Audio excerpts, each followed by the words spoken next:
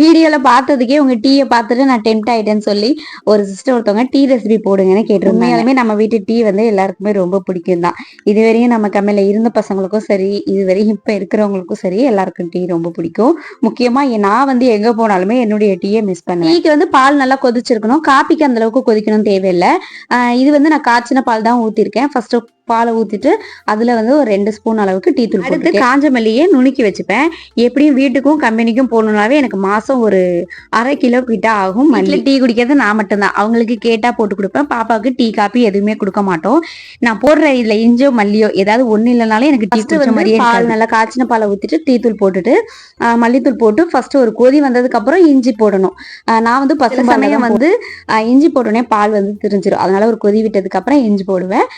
நாட்டு சக்கரை போட்டு தான் குடிக்கிறது. பாக்கெட் பால் வந்து ஆவின் வேணா வாங்குவேன், மற்றபடி வேற எந்த பாலும் வாங்கி டீ குடிக்கிறது. காலையில எழுந்து ஃபர்ஸ்ட் ஒரு 300 ml வந்து ஹாட் வாட்டர் குடிச்சிருவேன். அதுக்கப்புறம் ஒரு 1/2 மணி நேரம் சென்று டீ போட்டு குடிச்சிருவேன். டீ குடிக்கல அப்படின்னா அன்னைய நாள் வந்து எனக்கு ஒரே தலைவலியா தான். அதுவும் அந்த ஒரு வேளை மட்டும்தான். ஈவினிங் வந்து இனிமே இந்த குளிர்காலம் இருந்தா இன்னொரு வேளை குடிப்பேன்.